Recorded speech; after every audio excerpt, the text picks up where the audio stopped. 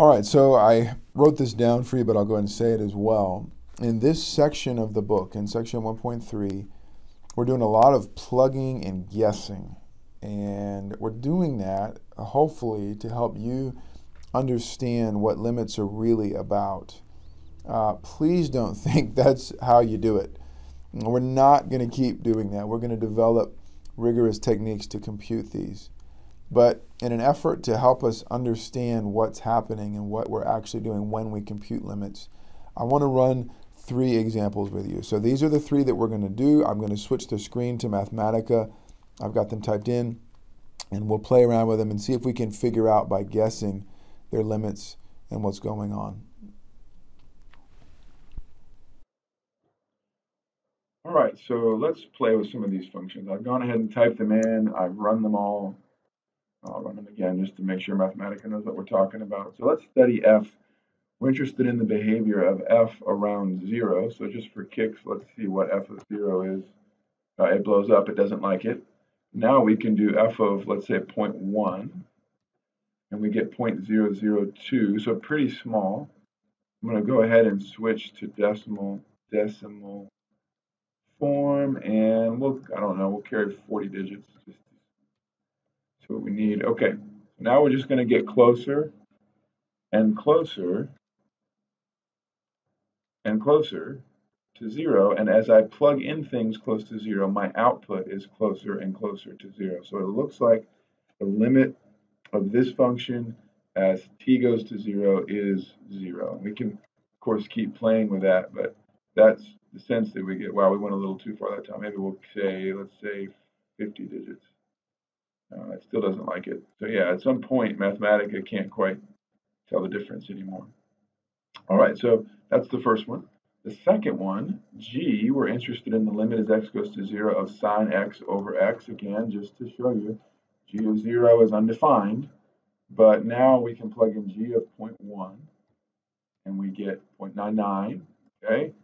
0.1, we get 0.9998, so already it's looking like this limit is going to be about 1, and Mathematica already thinks it is. I don't believe it necessarily, although in this case it is 1. So let's see, we'll do that. And okay, so we're very close to 1, and as we let x get closer and closer to 0, my g of x is getting closer and closer to 1. So it looks like the second limit, sine x over x as x goes to 0, is 1. The last limit is interesting, sine of pi over x. So that was h of x. Let's try h of 1. H of 1, I get out 0. H of 0.1, whoops, I get out, okay, I don't get out 0, but I get out something very, very small. Actually, it is 0. I'm not sure what's going on. Interesting. Yeah, that's actually a mistake in Mathematica.